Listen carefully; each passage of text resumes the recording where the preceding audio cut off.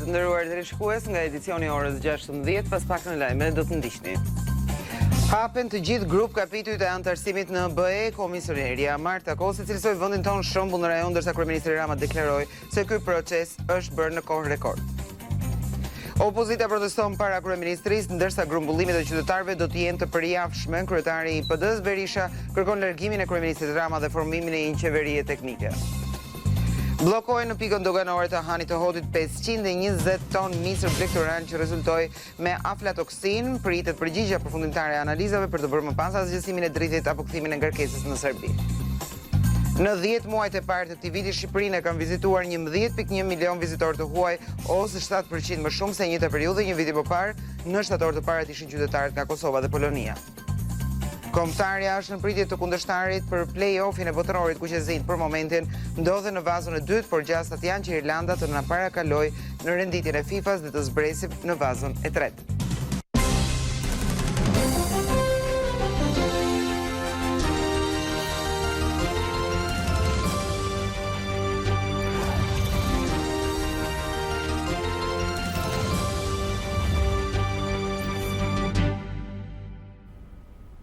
Dhe ju njojmë tani më gjërësisht me materialet e përgatitura. Shqipëria ka çelur të gjithë grup kapitujt e negociatave me Bashkimin Evropian. Në konferencën e 7 ndërqeveritare Shqipëri-BE që u mbajt në Bruksel, u hap edhe grup kapitulli i fundit. Kryeministri Rama e cilësoi një rekord që as mund të mendohej pak kohë më parë, ndërsa komisionerja Marta Kos nënvizoi se Shqipëria është kthyer në një shembull për gjithë Ballkanin.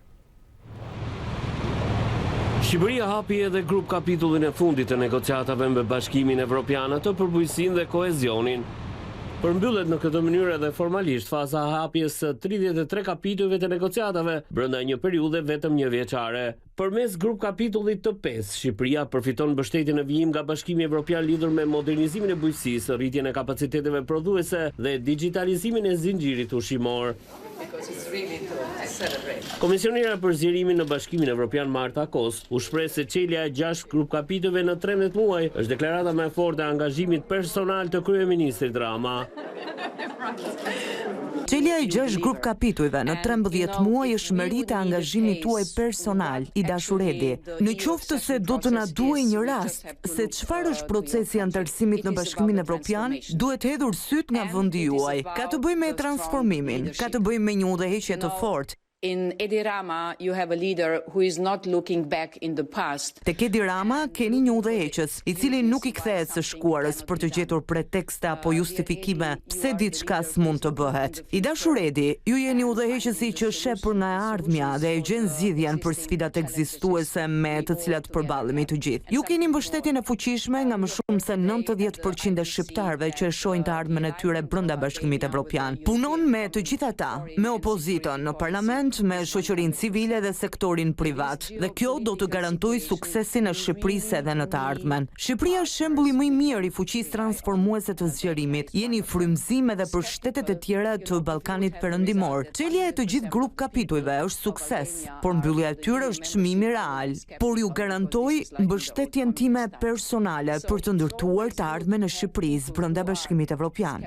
Ministrja daneze për çështje evropiane Marie Bier theksoi se nëse vjohet me këtë ritëm reforma, shumë shpejt Shqipëria do të jetë pjesë e Bashkimit Evropian. Today is a huge milestone for Albania. Negociatat e Shqipërisë me Bashkimin Evropian kanë ecur me një shpejtësi rekord. Brenda një viti janë hapur të gjithë grup kapitujt. Ky gur kilometrik shërben si një njohje e punës që ka bërë Shqipëria drejt të ardhmes europiane. Ndërsa progres raporti dëshmon se Shqipëria ka bërë hapa përpara, sidomos për reformën në drejtësi dhe luftën kundër korrupsionit. E inkurajoj Shqipërinë që të nxjisë dialogun politik. Nëse Shqipëria vazhdon me këtë ritëm, jam e sigurt që anëtarësimi në Bashkimin Evropian do të arrihet në një të ardhme shumë të afërt. Kryeministri Rama tha se ka një plan pune që procesi të mos ndalet deri në përmbylljen e negociatave në vitin 2027 dhe anëtarësimin e plotë të vendit në familjen evropiane në vitin 2030. Kush do të mendonte që do të ishim sot këtu duke çelur gjithë grup kapitujt? Vetëm pak kohë më parë ishte diçka që dukej e pamundur dhe ishim në pikën ku do të mësoheshim me sprapsjet dhe ato grushtat në stomak, por unë besoj se i gjithë ai rrugtim na bëri më të fortë, na bëri më të vetëdijshëm për të gjitha atë natyrë të jashtëzakonshme të gjithë këtij procesi dhe na bëri më të pjekur. Ja ku jemi sot këtu me atë që ishte vetëm ëndër pak më tepër se një vit më parë, e transformuar tashmë në një plan pune, një realitet për të cilin dhe me të cilin duhet të punojmë në jetën tonë të përditshme. Ne do të bëjmë gjithçka që të jemi përherë aty ku duhet qenë, bazuar në planin për të përfunduar këtë fazë të parë, duke përmbyllur bisedimet e antarësimit brenda 2027-s dhe të hyjmë më pas në fazën e mbështetjes politike dhe të antarësimit të plotë. And it's not orchestrated. It's just Për ta festuar këtë moment historik, kryeministri Rama e befasoi komisionerin KOS dhe ministren daneze për çështje evropiane Marie Bjerre me tortën me numrin 6 që tregonte hapjen e 6 grup kapitujve. Po ashtu Rama surprizoi dy zyrtarët e larta, edhe me nga një shishe verë me një skicim të realizuar nga vetë kreu i qeverisë shqiptare. you are just six. Rama u shpreh krenar edhe për skuadrën e negociatorëve të Shqipërisë me Bashkimin Evropian. Dua t'i falenderoj me respekt dhe me admirim të gjithë negociatorët dhe qindra të tjerët që nën drejtimin e tyre e bëjnë krenare Shqipërinë këtu në Bruksel dhe nuk është e lehtë. Është inauguruar shtëpia e re e emisionit të Shqipërisë në Bashkimin Evropian. I pranishëm në këtë ceremoni ishte kryeministri Edi Rama dhe komisioneria e zgjerimit Marta Kos. Misioni i Shqipërisë pranë Bashkimit Evropian ka një seli të re në Bruksel, që u inaugurua të dielën në mbrëmje nga kryeministri Edi Rama dhe komisioneria për zgjerimin Marta Kos. Me të gjithë mbështetjen që KOS ka dhënë për procesin teknik të antarësimit të vendit tonë, ajo e pranon se ndjehet si një diplomate shqiptare, që do më të mirën për Shqipërinë. Ndjej veten si ambasadoren e 4 të Shqipërisë këtu në Bruksel. Nuk ka asnjë proces antarësimi pa një udhëheqje të përkushtuar. Ju keni një udhëheqës i cili sheh nga e ardhmja. Ky është një nga dallimet më të mëdha midis Shqipërisë dhe disa shteteve të tjera nga Ballkani Perëndimor. Kjo është shtëpia juaj e re. Detyra ime është t'ju sjell ju Shqipërinë në shtëpi, në Europë. Vet Rama, veç falënderimeve për fjalët që komisionerja tha në adresë të tij, thekson ndryshimin e qasjes së Brukselit këto vitet e fundit. Once upon a time when we came, Dikur kur vinim binte shije bënte ftohtë jashtë dhe binte shije bënte ftohtë brenda. Tashmë është ndryshe. Çfarë do të ketë jashtë, brenda bën ngrohtë dhe është plot energji pozitive, fytyra pozitive dhe buzëqeshje të këndshme. Nuk kemi mësuar me këtë, Marta. Ndaj është e jashtëzakonshme më në fund të përjetosh këtë gjë, që është e vazhdueshme gjatë gjithë vitit dhe po bëhet e përhershme. Dua t'ju falenderoj sinqerisht të gjithëve që jeni këtu dhe të falenderoj sinqerisht me gjithë zemër për punën secilin prej jush. Kryeministri Edi Rama ndodhet në Holland, ku po zhvillon një vizitë zyrtare. Ai është pritur nga kryeministri i vendit, me të cilin ka zhvilluar një takim zyrtar. Temë kryesore e bisedës ka qenë rruga integruese e Bashkimit Evropian. Më pas, dy kryeministrat pritet të kenë një komunikim për mediat. Partia Demokratike do të protestojë në orën 18 para kryeministrisë. Sali Berisha kërkoi dorëheqjen e kryeministrit Rama dhe më pas të krijohet qeveri teknike për zhvillimin e zgjedhjeve të përgjithshme. Stina e protestave që çel këtë pasdite Partia Demokratike në bulevardin Dëshmorët e Kombit, Sali Berisha thotë se do të jetë gjatë deri në arritjen e qëllimit të tyre. Dorëheqjen e Edi Ramës dhe Lubi Ballukut si hapi parë për të ecur drejt një qeverie teknike dhe zgjedhjeve të lira të ndershme. Një tjetër arsye veç korrupsionit qeveritar që sipas demokratëve e ka kthyer vendin në një narkoshtet është dhe vrasja e parlamentarizmit me urdhër të kryeministrit. Cila është zgjidhja? Parlamenti në shesh. Berisha zbulon se protesta nuk do të zgjasë më shumë se 2 orë, nga ora 18 deri në orën 20, orari për të cilin kanë njoftuar dhe drejtorinë e policisë së shtetit. Kjo është foltore, në cilën do flasin deputetët, do flasin qytetarët. Por Sali Berisha hedh poshtë çdo aludim se protesta që përkon me periudhën e thirrjes së tij nga Spaku për të dëshmuar për 21 janarin, të jetë thirrur pikërisht për sfumuar këtë zhvillim. Nuk janë zhvilluar protestat sepse është pritur raporti ndërkombëtar për zgjedhjet. Gjithsesi, ashtu siç tha dhe përpara Spakut, ku bëri paraqitjen e radhës përpara oficerëve të sigurisë për çështjen tjetër, për të cilën është shpallur i pandehur dosjen Partizani, Sali Berisha me siguri tha se e dinte arsyen përse u thirr për 21 janarin, 12 vjet pasi ka lënë detyrën e kryeministrit. Cili institucion kontrollon të Sali Berisha? Ina Ramën apo Arta Marku. Nuk u thirra se kishin frikë nga dëshmitë e mia. Po sot mori fund dhe ajo që mund të konsiderojë dhe saga e fletëthirrjes së Sali Berishës nga Spaku. Ky fundit njoftoi sot se në ambientet e këtij institucioni është nënshkruar nga Sali Berisha urdhërthirrja për çështjen e 21 janarit. Majoranca dhe opozita kanë debatuar në mbledhjen e konferencës së kryetarëve. Shumica rrëzoi kërkesën e demokratëve për mocion me debat për minimumin jetik. Socialistët kanë refuzuar në konferencën e grupeve parlamentare kërkesën e Partisë Demokratike për një mocion me debat për minimumin jetik. Sot na u kërkua të bëjmë një mocion me debat për buxhetin e shtetit. Vjen dhe kërkon një mocion me debat për minimumin jetik, ndërkohë që ke duke diskutuar buxhetin, ndërkohë që e di fare mirë që ky është buxheti më i madh në histori, që ka brenda vetes edhe pjesën më të madhe që i ka alokuar në herë buxheti politikave sociale, 1.8 miliard euro. Këto nuk janë kërkesa që duan t'i shqyrtojnë në kuvend. As seancë, as konferencë kryetare. Këto janë rendi ditës i foltores që do vendoset në bulevard. Kreu i grupit parlamentar demokrat Gazmend Bardhi kërkoi nga qeveria që të paraqesë sa më parë paketën fiskale. Qartësisht në këtë projekt buxhet cënohen të drejtat kushtetuese të qytetarëve për caktimin me ligj të minimumit jetik. Dhe unë dua ta bëj publikisht pyetjen që i bëra zotit Balla në mbledhjen e konferencës kryetarëve. Masa e ndihmës për personat e papunë apo ndihma ekonomike për familjet me të ardhura të ulta është rreth 40.000 lekë të vjetra. Dhe zoti Balla do duhet t'i shpjegojë shqiptarëve, a mundet ai vetë personalisht të jetoj me 40.000 lekë të vjetra në muaj, siç në fakt jeton një numër i konsiderueshëm i familjeve shqiptare.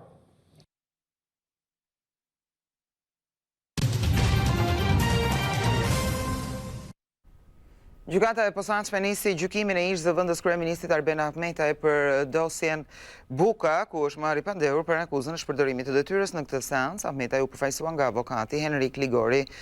Prokurori Elvin Gokaj lexoi para gjyqtarës kërkesën për gjykimin e ish zëvendës kryeministrit, duke parashtruar se procedimi në fjalë është regjistruar në vitin 2022 pas kallëzimit të një qytetari mbi procedurën e privatizimit të shoqërisë Buka S.A. Sipas SPAK, Ahmetaj ka firmosur një urdhër për privatizimin e firmës, edhe pse kishte disa vendime gjykate që e ndalonte këtë gjë. Gjykata e posaçme lexoi në seancë edhe shkresën e Interpolit për kërkimet për ish zëvendës kryeministrit, i cili ndodhet në Zvicër. Institucionet kanë marrë masat për shmangjen e pasojave që mund të sjellin rreshtit intensive të shiut që pritet të nisin nga dita e martë. Agjencia Kombëtare e Mbrojtjes Civile ka zhvilluar një takim në kuadër të masave për përballimin e situatës që pritet të krijohet nga moti i keq në ditët në vijim. E pranishme në këtë takim ishte edhe zëvendës kryeministja Belinda Balluku, e cila tha se OSHE dhe Kesh kanë marrë masa për uljen e niveleve në basenet e Komanit dhe Vaut të Dejës. Për këtë arsye ju bëjmë dije se duhet nisur nga data 11 nëntor, Korporata Elektroenergjetike Shqiptare ka filluar që të ulë nivelet në basenin e Komanit dhe basenin e Vaut të Dejës, për të krijuar volume të lira për gjithçka që do vinë nga prurjet anësore të prenjve, që është e pjesa më e rrezikshme për sa i përket këtyre prurjeve. Në situatën e fushë Shkodrës, kanë marrë masat nga Kesh për të krijuar volume në të dy basenet dhe për të mbledhur kështu ujin pa shënë nevoja që ta hapen portat. Të gjitha trupat janë në gatishmëri për të shmangur çdo problematik të mundshme. Shumë e rëndësishme bashkëndrimi të gjitha trupave, si urgjentave civile, ashtu edhe duket e Ministrisë së Bujqësisë edhe Zhvillimit Rural. Nga ana tjetër, përsa i përket gjitha ndërmarrjeve të infrastrukturës kritike janë të njoftuara duke nisur si shtam nga Korporata Elektroenergjetike Shqiptare, më pas tek OSHE-ja, Autoriteti Rrugor Shqiptar dhe të gjithë ndërmarrjet e tjera të cilat kryejnë shërbime të cilat shërbejnë në këto momente për të kontrolluar situatën. Sipas emergjencave civile, intensiteti i madh i rreshjeve do të jetë i përqendruar kryesisht në Shkodër, Lezhë si dhe në qarkun e Gjirokastrës. Ndaj u bëjnë apel qytetarëve për kujdes të shtuar në këto zona. Sipas parashikimeve të sinoptikanëve, rreshjet më intensive priten në veri dhe veri perëndim ku paralajmërohen edhe përmbytje lokale. Moti i paqëndrueshëm do të na shoqërojë përgjatë gjithë kësaj jave, duke filluar nga mesdita e të hënës. Në vend do të mbizotrojnë rreshjet e shiut, të cilat do të jenë në formën e rrebesheve. Dita e martë, dita e mërkurë do të sjellë rreshje intensive në territorin shqiptar në të gjithë vendin tonë, ku më të fokusuara këto rreshje me intensitete të larta do të jenë kryesisht në zonat veriore, veri perëndimore, ndërsa në zonat qendrore dhe në zonat jugore pritet të jenë me intensitete kryesisht mesatare dhe të larta. Do të jenë rreshje në formën e rrebesheve, duke bërë që të kemi rreshje të konsiderueshme në territorin shqiptar. Dita e njëjtë sjell një përmirësim, një dobësim më saktë përkohshëm të sasisë rreshjeve në vendin tonë. Është sërish dita e premte, ajo e cila do të sjellë rreshje me intensitete të larta. Zona veri perëndimore e vendit do të ketë intensitetin më të lartë të rreshjeve të shiut, të cilat sipas sinoptikanëve do të sjellin edhe problematika me përmbytjet lokale. Qarku i Barancurit, Pukës të ketë rreshje nga 280 dhe në 300 mm rreshje shiu, po ashtu me intensitetet mjaft të larta do të jenë në zonat veri perëndimore, duke përfshirë Shkodrën dhe Lezhën në rreth 250 mm gjatë këtij episodi me rreshje shiu. Zonat qendrore duke përfshirë të kryeqytetin pritet të jenë në një sasi rreth 150 mm, po ashtu verilindja e territorit shqiptar do të ketë sasira të konsiderueshme duke afruar shumë pranë 200 mm. Jug perëndimi duke përfshirë këtu Vlorë, Saranë, po ashtu edhe Gjirokastra do të jenë rreth 120-130 mm, ndërsa disimi e mbrojtur do të jetë juglindja e territorit shqiptar në rreth 70 deri në 90 mm rreshje shiu. Sipas meteorologëve, fenomen shqetësues do të jetë dhe parametri i erës, ndërsa temperaturat pritet të shënojnë ulje me disa gradë prej ditës së martë. Kemi një erë e cila në det të hapur shkon edhe mbi 100 km/h, ndërsa duke afruar pranë brigjeve detare do të jetë disim e lehtë, por sërish mbetet e fortë mbi 65 km/h. Kemi një dobësim të përkohshëm të parametrit të erës deri ditën e njëjtë, por duke filluar dita e premte sërish kemi fuqizim të parametrit të erës, duke sjellë përgjatë kësaj jave her pas here problematika për sa i përket trafikut detar. Duke filluar nga dita e martë dhe dita e mërkurë do të sjellin një rënje të ndjeshme dhe të menjëhershme të temperaturave të ajrit, duke bërë që maksimumet ditën e mërkurë të jenë rreth vlerës 17 apo 18 gradë Celsius. Kjo javë do të jetë java më e lagësht e muajit nëntor, ku rreshjet e shiut pritet të jenë me intensitet të lartë në pjesën më të madhe të saj.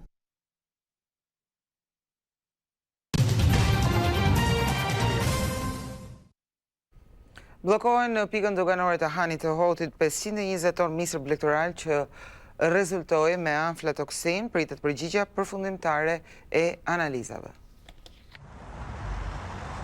Autoriteti Kombëtar i Ushqimit në Shkodër ka bllokuar 520 ton misër blegtoral, që ka rezultuar me mbetje të aflatoksinës. Sasia e drithit ka hyrë në vendin ton nga pika kufitare e Hanit të Hotit, aty ku janë shtuar edhe kontrollet, pasi është porta kryesore e mallrave të importuara. Kanë marrë 21 mostra për rreth 520 ton, mund të themi, të misër për ushqim për kafsh. Presim rezultatet, ka pas 4 raste paraprake të rezultateve, ku është njek të gjithë procedurat në bazën e legjislacionit që parashikon Autoriteti Kombëtar i Ushqimit. Në bazë të përgjigjeve të analizave do të merren edhe masat. Do të procedojmë o me kthim ngarkesat mbrapa ose me azhësim të produktit, nëse ka rezultate pozitive.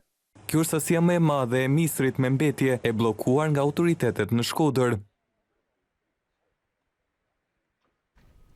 Flukset turistike drejt Shqipërisë kanë vjuar të rritën ndjeshëm edhe këtë vit, duke e kthyer vendin në një destinacion gjithnjë më të kërkuar çdo stin.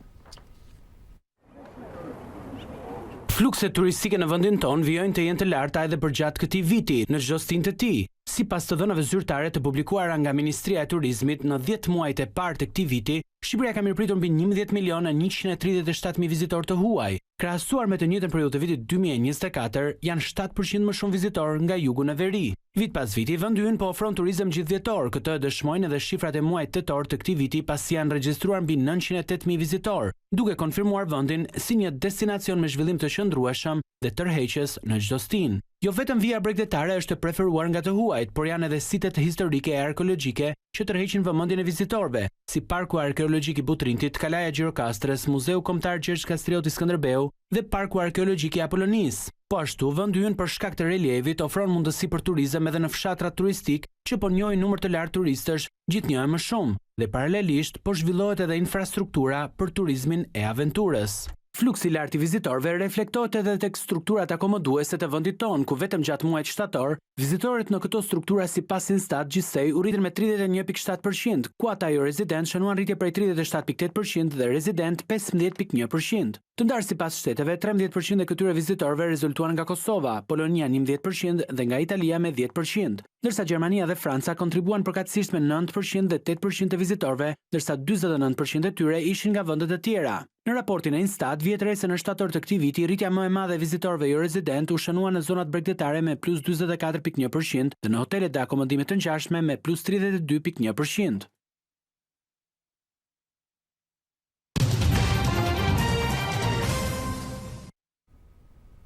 Generali amerikan që udhëhoqi trupat e NATO-s në sulmet ajrore ushtarake kundër serbëve Wesley Clark deklaroi para gjykatës speciale të Hagës se Anshim Thaçi nuk ishte komandant ushtarak dhe se ushtria çlimtare e Kosovës nuk kishte një zinxhir komandues. Ishte gjithçka e përgatitur për këtë edicion live. Faleminderit që na ndoqët.